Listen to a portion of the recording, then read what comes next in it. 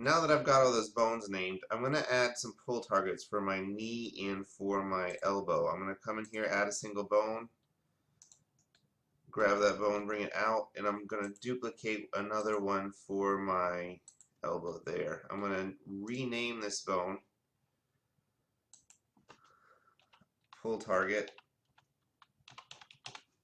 knee dot L. Alright, I'm going to go back into, well, you know what, I'm going to go ahead and set the pull target for this hip bone here. I'm going to come into my pose mode, add bone constraints, track 2. And I'm going to go ahead and select armature and find that bone that I just made. I called it pull target knee. There it is.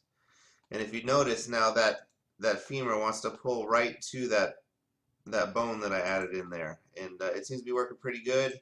I'm gonna go ahead and mess with that just a little, show you what I'm talking about. If I come in here and go back to my bone constraint that I just put, there's an influence. I'm going to take that down to 0.25 so it doesn't pull that leg out quite so much.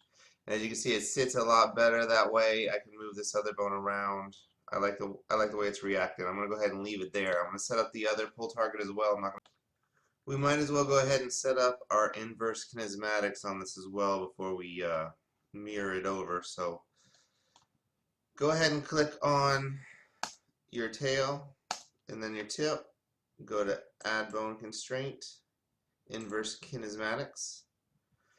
Go ahead and add a chain link of 4. It's already kind of doing it automatically, but I'm going to do it in here as well. And then after you've done that, you can see I can grab here, and then the whole tail is going to move like one piece. I'm going to do that for these bones as well.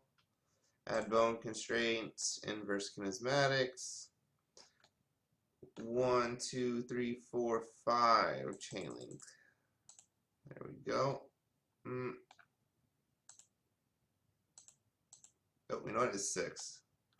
Let's go ahead and do the same thing for this guy. I don't want it to go all the way to his hip.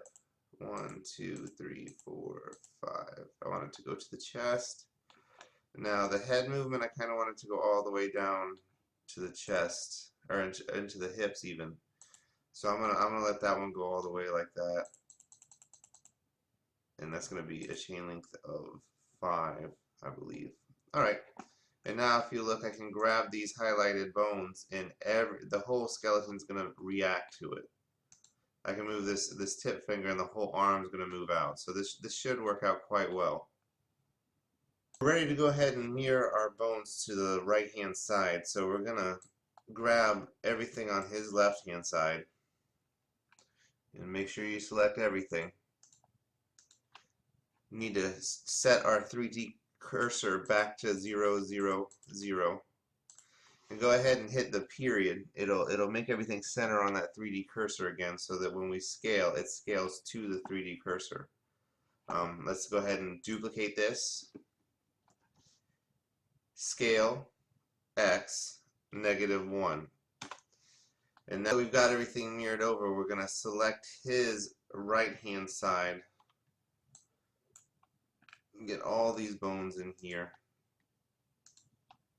and then come down to armature, flip names, and now when we select this stuff, it's .R instead of .L, which makes it very easy to distinguish between the two.